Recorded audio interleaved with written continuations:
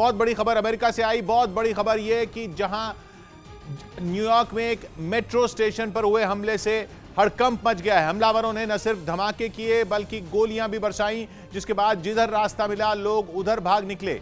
जान बचाने की इस आपाधापी में कई लोग एक दूसरे को रौंदते हुए भागने लगे।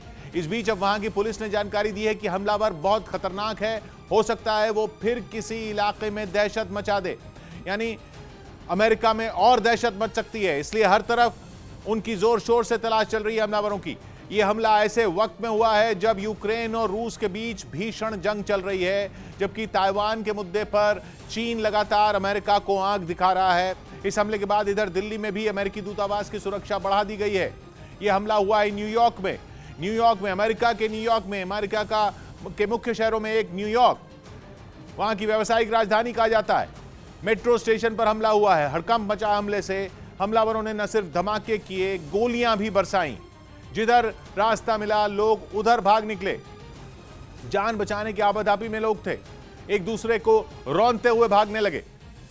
अब वहां पुलिस ने जानकारी दी है कि हमलावर बहुत खतरनाक है, हो सकता है वो फिर किसी इलाके में दहशत मचा दें, यानी अमेरिका में और दहशत की आशंका है।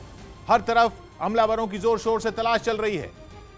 यूक्रेन और रूस के बीच भीषण जंग के बीच यह हमला हुआ है। ताइवान के मुद्दे पर चीन लगातार अमेरिका को आंख दिखा रहा है। इस माहौल में यह हमला हुआ है।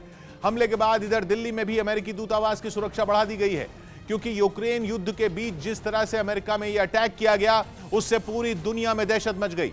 वहां न्यूयॉर्क शहर में एक मेट्रो स्टेशन पर हुए हमले में 16 लोग बुरी तरह घायल बताए जा रहे हैं।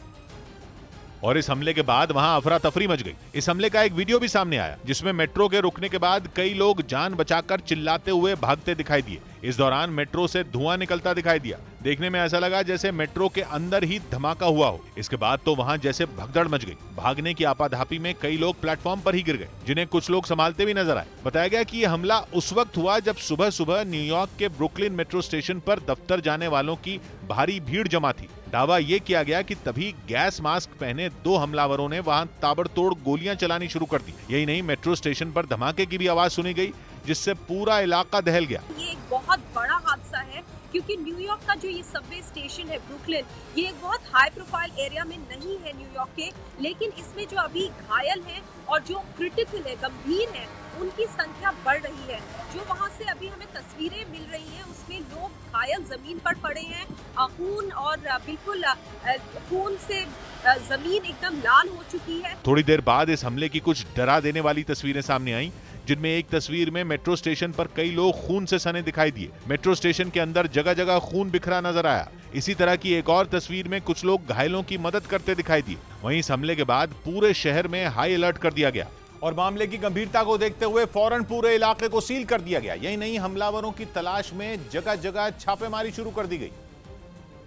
जबकि मेट्रो स्टेशन और उसके आसपास के पूरे इलाके को हथियारबंद कमांडो ने अपने कब्जे में ले लिया। बिना देर किए वहां डॉग स्क्वाड की टीम को भी बुला लिया गया और फौरन हमले वाली जगह की जांच पड़ताल शुरू कर दी गई।